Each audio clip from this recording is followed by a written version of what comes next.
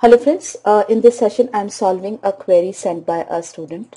The problem is based on number system. In this case 2 raised to 133 if divided by 133, what is the remainder that we have to find out. These are the options. Okay, now I have already discussed Fermat's theorem in my previous session. The same theorem we will be using over here. N raised to p minus 1 if divided by p, remainder is 1. That's Fermat's theorem, and here p is a prime number and n and p are co-prime to each other.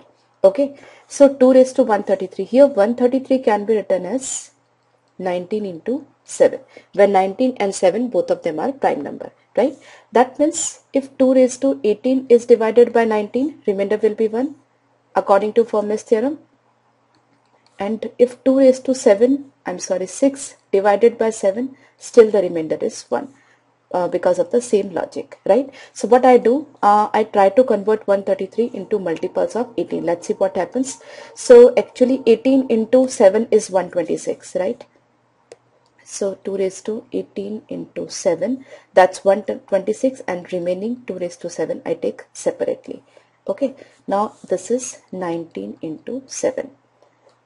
Now we will take the divisors separately, and then after that we will combine, right? Now 2 raised to 18 if divided by 19, the remainder is 1, and this is 1 raised to 7. So precisely if this expression is divided by 19, the remainder is 1.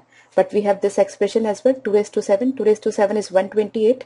So 19 into 6 is 114. So if 2 raised to 7 is divided by 19, the remainder is 14, right? That means this entire number can be written as 19x plus 14 remainder, because this entire expression when divided by 19 giving 14 as the remainder.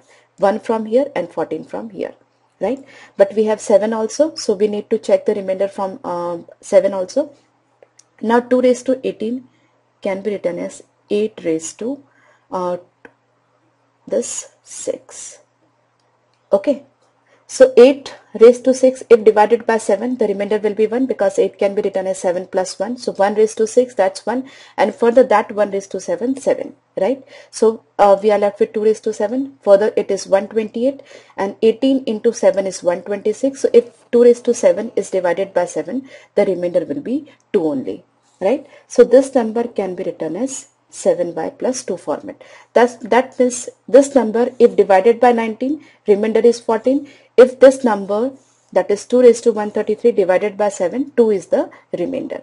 But we have to divide the number by 133, that is 19 into 7, right?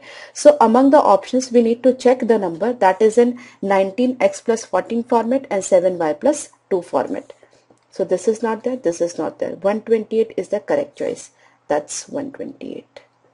Okay, because 2 raised to 7, till here we were getting the remainder as same, right? So 2 raised to 7 when we divided by 19, we got 14 as the remainder, and 2 raised to 7 when we divided by 9, by 7 we got 2 as the remainder. So 128 is the correct choice, and that is answer to your problem. Okay, simply Fermat's theorem application, nothing else. Okay, and that's really important, okay, because good number of questions based on Fermat's theorem are being asked in CAT exams for last so many years. Okay, I hope you are clear.